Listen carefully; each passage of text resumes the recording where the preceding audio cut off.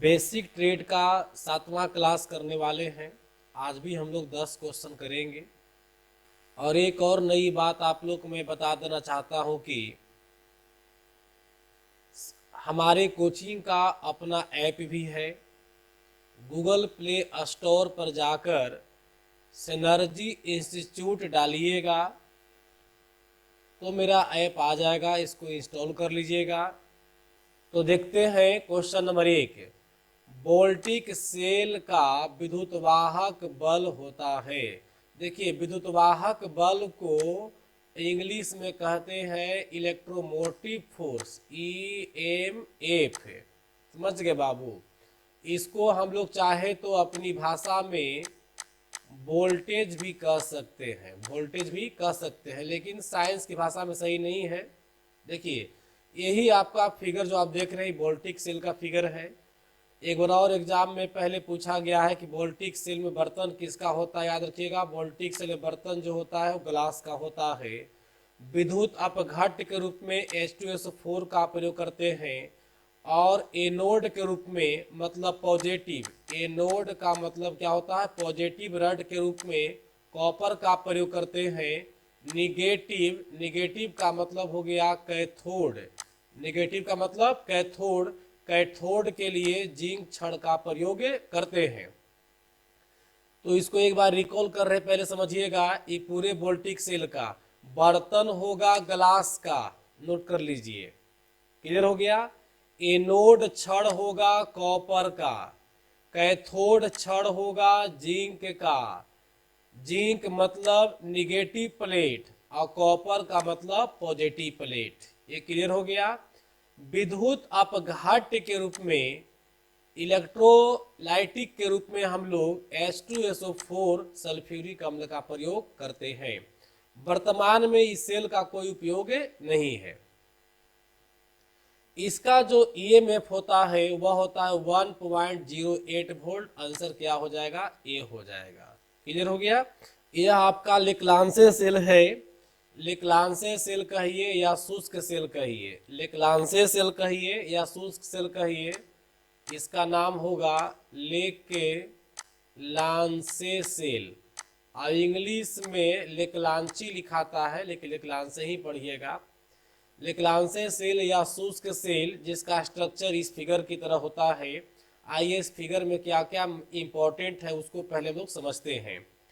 इसमें एक जिंक का बर्तन होगा जो आपका कैथोड का काम करेगा। यहाँ मिस्टेक से लिखा हुआ एनोड, बल्कि यह क्या होगा, कैथोड होगा। क्या होगा, कैथोड होगा।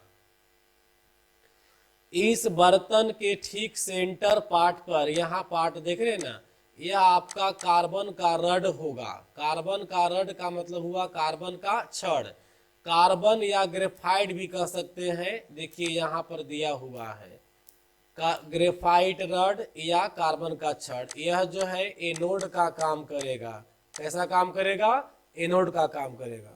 इसमें जो बीच में आप फिल देख रहे हैं, जो फीड किया हुआ है, जो भरा हुआ है, यह भरा हुआ है manganese dioxide, zinc chloride और NH4Cl। Manganese die oxide, NH4Cl और जिंक क्लोराइड, तीन प्रकार का मुख्य रूप से पदार्थ है। और एक और यूज होता है कि इसका कार्बन का चूर्ण का। तो देखिए, इसको हम समझते हैं ठीक से कि क्या क्या कौन सा फंक्शन करेगा। मैग्नीज डाई ऑक्साइड जो है ये वाला बाबू, Mn22, यह काम करता है विध्रुवक का। नोट कर लीजिएगा, विध्रुवक, विध्रुवक का काम करेगा। डीपोलराइज्ड एजेंट का काम करेगा।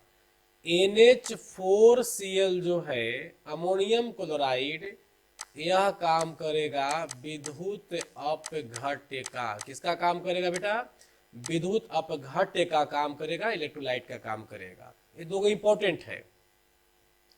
ग्रेफाइट या कार्बन, ये आप जानते होंगे, ग्रेफाइट कार्बन का यह प्रूफ है। ग्रेफाइट या कार्बन जो है ये हमारा काम करेगा पॉजिटिव, पॉजिटिव का मतलब कैसा, एनोड जैसा।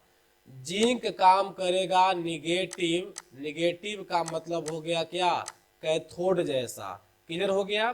तो इस प्रकार से आप इसमें दो तीन बात याद रखिएगा कि विध्रुवक के रूप में किसका यूज होता है, विध्रुवक के रूप में किसका यूज करते हैं, तो याद रखिएगा MnO2 का। और अपघट्य के रूप में, इलेक्ट्रोलाइट के रूप में किसका प्रयोग करते हैं, तो NH4Cl का, अमोनियम क्लोराइड का, है ना। पॉजिटिव रड के रूप में किसका प्रयोग करते हैं जी, तो प्रयोग करते हैं कार्बन की छड़ का, कार्बन की छड़ कहिए या ग्रेफाइट कहिए। और निगेटिव में प्रयोग करते हैं हम लोग किसका, जिंक का, जिंक का मतलब क्या हो गया, जस्ता हो गया। पॉइंट पूरा फिनिश हो गया। चलिए अब देखते हैं हम लोग बगल में जो सेल ये वाला है, यह आपका है डेनियल सेल। कौन सेल है बाबू, यह आपका है डेनियल सेल। डेनियल सेल में बाहर में एक बर्तन जो दिख रहा है ये वाला फिगर में, यह वाला है कॉपर की बर्तन। बर्तन किसका है, कॉपर की बर्तन है। और कॉपर के बर्तन के बाद यहाँ पर एक और बर्तन है जो वह चीनी मिट्टी का बर्तन है। किसका बर्तन है, चीनी मिट्टी का बर्तन है और रंध्रयुक्त है। नीचे में चीनी मिट्टी का बर्तन में इस प्रकार से महीन महीन क्या है, छिद्र है।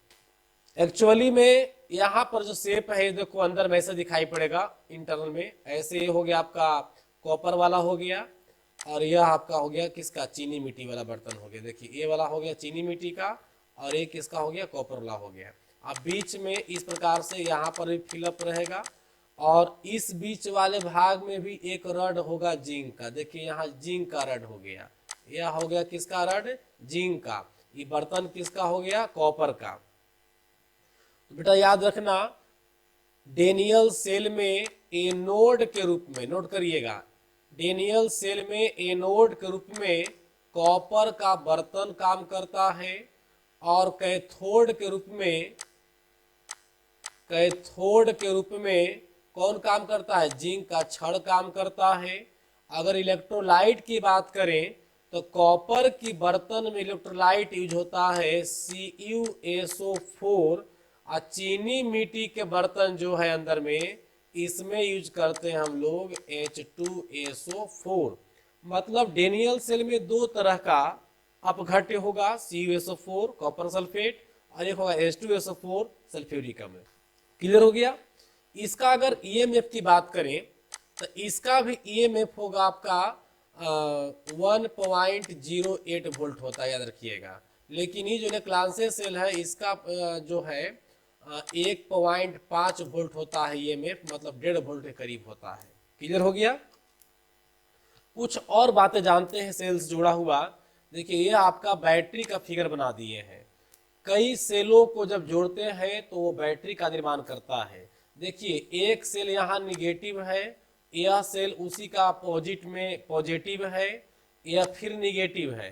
तो देखिए ई निगेटिव को आंतरिक रूप से यहाँ पर ये छोड़ दिया गया है और ई पॉजिटिव और ई नेगेटिव देखिए यहाँ पर जोड़ दिया गया।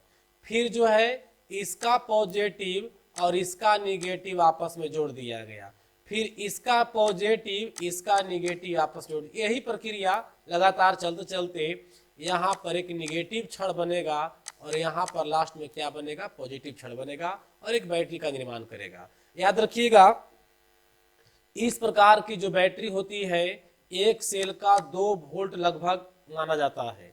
एक सेल का मतलब हुआ देखिए ये एक सेट से बना हुआ है ये वाला पूरा, तो ये एक सेल हो गया। फिर देखिए एक सेल ये वाला हो गया, यहाँ से यहाँ फिर एक सेल हो गया, समझ गया। देखो यहाँ पर 6 वोल्ट का बैटरी है तो 3 सेल होगा। देखिए एक सेल यहाँ पर दिखाई पड़ रहा है आपको, एक सेल बीच वाला हो गया, एक सेल किनारे वाला हो गया। 3 सेल से 3 दूनी 6 वोल्ट का बैटरी बना है।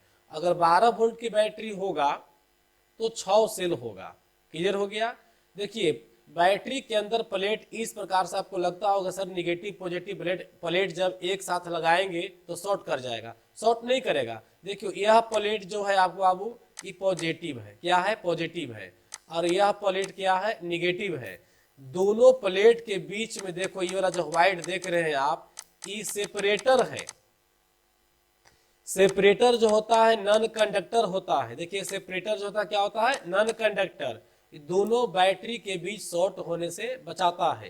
तो किसी भी इस बैटरी के निर्माण में सेल के प्लेटों के बीच शॉर्ट सर्किट होने से बचाने के लिए किसका प्रयोग करते हैं, सेपरेटर का प्रयोग करते हैं। ये तो आप लोग को पता ही होगा, बहुत पुराना बैटरी है, इस प्रकार से बैटरी नहीं सेल ही है। बेचारा का इसका स्थिति खराब हो गया है, डिमांड एकदम नहीं है। चलिए अब देखते हैं क्वेश्चन नंबर 2, निम्न में कौन सा क्षारीय सेल है। क्षारीय सेल का मतलब हुआ जिसमें हम लोग अपघट के रूप में बेस का प्रयोग करते हैं।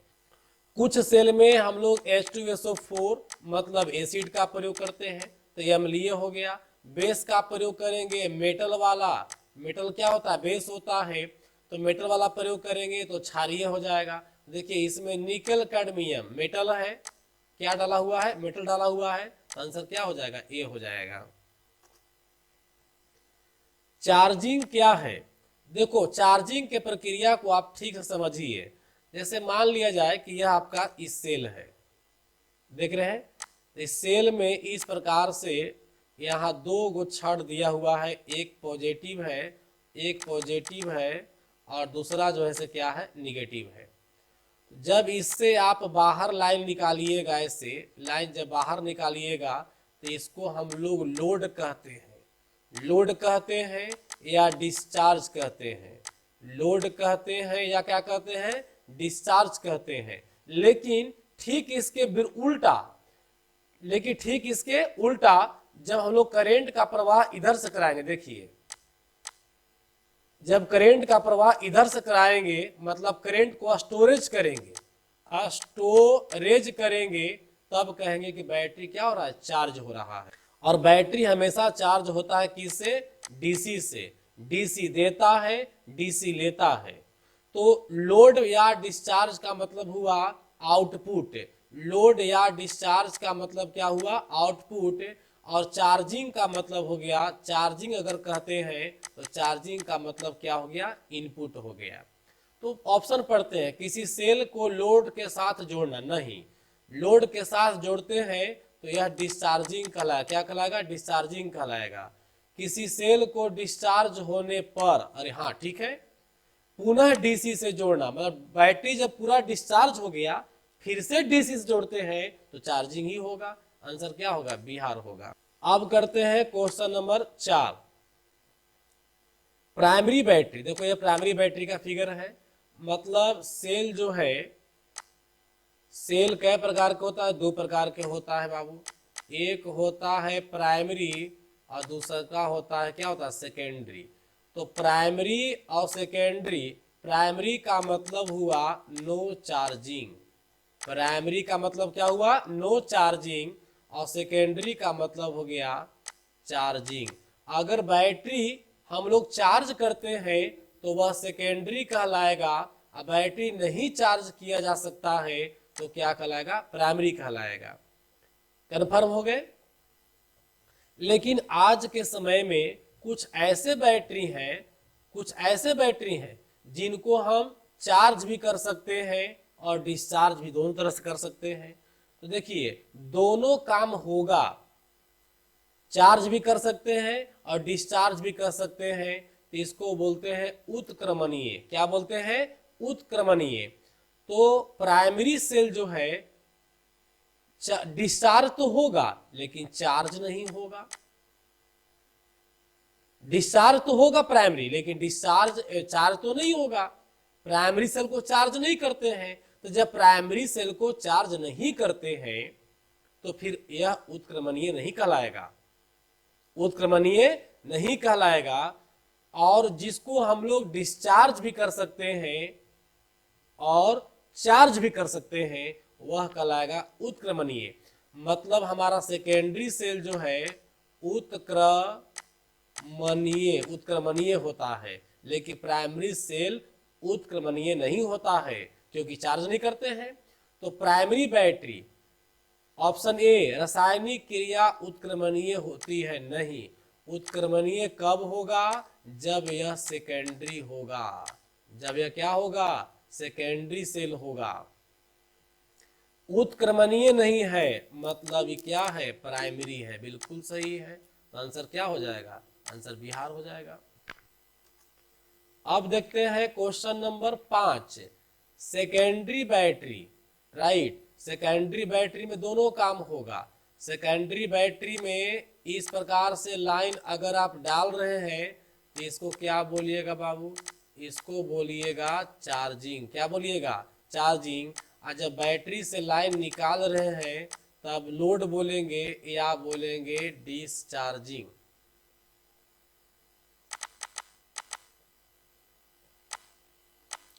डिस्चार्जिंग क्या बोलेंगे, इसको डिस्चार्जिंग बोलेंगे। तो इस सेल में दोनों काम हो रहा है, तो जब दोनों काम हो रहा है तब इसको बोलेंगे उत्क्रमणीय। क्या बोलेंगे, उत्क्रमणीय। तो क्या आंसर हो जाएगा, सेकेंडरी बैटरी रासायनिक क्रिया उत्क्रमणीय होती है। बिल्कुल बात सही है, यानी आंसर क्या हो जाएगा जी, ए हो जाएगा।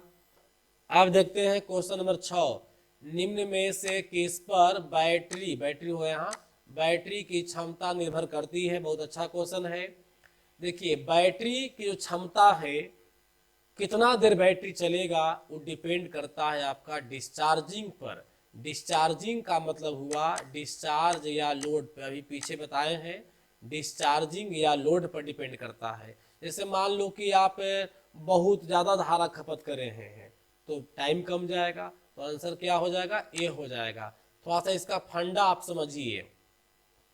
जैसे मान लो कि 100 एम्पियर घंटा का आपके पास बैटरी है, समझ गए।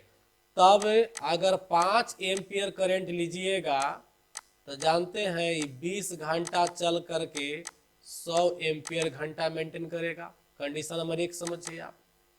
अगर आप कंडीशन नंबर 2 देखिए, 10 एम्पियर करंट ले रहे हैं तो 100 पूरा करना है, चूंकि इसका पावर 100 एम्पियर घंटा है तो घंटा कितना बैठाना होगा, 10 घंटा बैठाना होगा, तब न पूरा होगा 100 एम्पियर घंटा जी।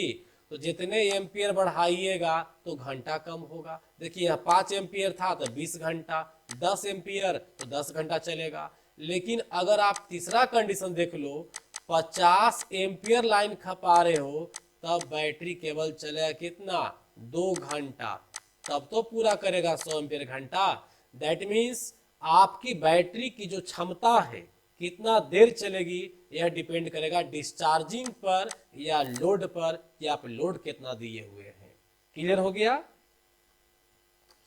अब देखते हैं बाबू क्वेश्चन नंबर 7, खाली स्थान, वोल्ट शुष्क सेल का ईएमएफ बल होता है। देखो विद्युत वाहक बल, इलेक्ट्रोमोटिव बल, शुष्क सेल का जो आप फिगर में देख रहे हैं ना, पहले ही बताए हैं आज कि इसका वोल्टेज कितना होता है, 1.5 वोल्ट। मतलब शुष्क सेल का ईएमएफ होता है 1.5 वोल्ट, 1.5 वोल्ट। आंसर क्या हो जाएगा, डी हो जाएगा। साधारण सेल कहता, सिंपल सेल कहता तब कहते 2 वोल्ट, डेनियल सेल या वोल्टिक सेल कहता तब कहते 1.08 वोल्ट। क्लियर हो गया। अब देखते हैं क्वेश्चन नंबर 8, बैटरी की क्षमता किस मापक में मापी जाती है। बहुत बढ़िया, अभी तो जस्ट बताए हैं जी, एम्पियर घंटा, 100 एम्पियर घंटा, 200 एम्पियर घंटा, 50 एम्पियर घंटा। कितना देर बैटरी आपको टिकाना है, तो यह डिपेंड करेगा किस पर, एम्पियर घंटा पर।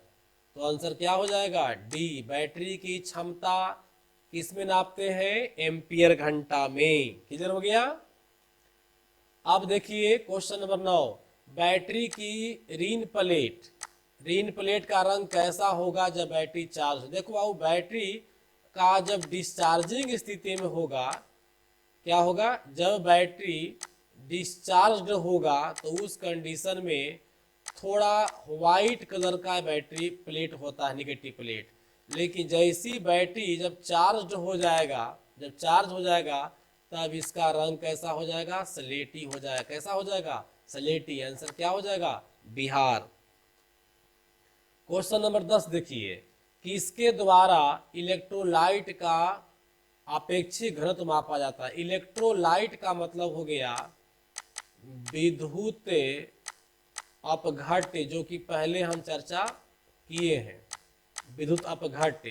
तो विद्युत अपघट्य का आपेक्षिक डेंसिटी, कहीं भी आपेक्षिक डेंसिटी नापने की बारी हो तब हाइड्रोमीटर का नाम लीजिएगा। देखिए यही आपका हाइड्रोमीटर है और ये भी हाइड्रोमीटर है। इससे हम लोग बैटरी का जो पानी का जो डेंसिटी होता है इसी से नापते हैं। ये पोपो करे वाला है, यहाँ चापिएगा ना, ये चाप के बैटरी में डालिएगा, आप ही छोड़िएगा तब बैटरी की जो पानी है इसमें चढ़ जाएगा। और फिर यहाँ रीडिंग स्केल लगा हुआ देख लेना पड़ता है, समझ गए। तो जैसे आप देखे होंगे बच्चा लोग को एक ड्रॉप आता था दवाई पीने वाला, उसी प्रकार का होता है, पानी खींच लेता है बैटरी का, समझ गए। और देखिए ई भी आपको इलेक्ट्रोमीटर है, जैसे ये तो सेफ्टी वाला है बैटरी के लिए स्पेशल, ताकि भाई एसिड से हाथ वगैरह नहीं जले। और ये अगर किसी पानी का डेंसिटी नापना है, किसी भी द्रव का डेंसिटी नापना है तो इससे भी आप नाप सकते हैं। इसको आप जो मॉडल है ये लैक्टोमीटर का मॉडल है, लैक्टोमीटर का मॉडल है। किसका मॉडल है? लैक्टोमीटर। लैक्टोमीटर से क्या नापते हैं बाबू? दूध की शुद्धता। लैक्टोमीटर से क्या नापते हैं? दूध की शुद्धता। मतलब लैक्टोमीटर भी एक प्रकार का क्या है? हाइड्रोमीटर है। जितना भी तरह का डेंसिटी नापने का मशीन है सबको हाइड्रोमीटर कहते हैं। लैक्टोमीटर भी जो दूध की शुद्धता है उस स्वाद से नहीं नापता है बल्कि पानी के डेंसिटी से नापता है। जब प्योर पानी का डेंसिटी नापिएगा और फिर दूध का डेंसिटी नापिएगा तो दूध का डेंसिटी थोड़ा ज़्यादा बतावेगा और पानी का डेंसिटी क्या बतावेगा? कम बतावेगा। लेकिन जैसी पानी में, प्योर पानी में अगर आप चीनी ऐड कर दीजिए, साल्ट ऐड कर दीजिए तो फिर डेंसिटी हाई बतावेगा। लैक्टोमीटर कोई महंगा इंस्ट्रूमेंट नहीं है, आप 50-60 रुपया मिल जाता है मार्केट में, उसको आप ले करके घर में देखिए चेक करके। तो लैक्टोमीटर भी हाइड्रोमीटर है, लैक्टोमीटर भी एक प्रकार की हाइड्रोमीटर है। तो लैक्टोमीटर से भी डेंसिटी नापते हैं, हाइड्रोमीटर से भी डेंसिटी नापते हैं। तो दूध नापने की जो मशीन है, दूध की शुद्धता नापने का, दूध की शुद्धता नापने का जो मशीन है लैक्टोमीटर, वो एक प्रकार का डेंसिटी ही मापता है।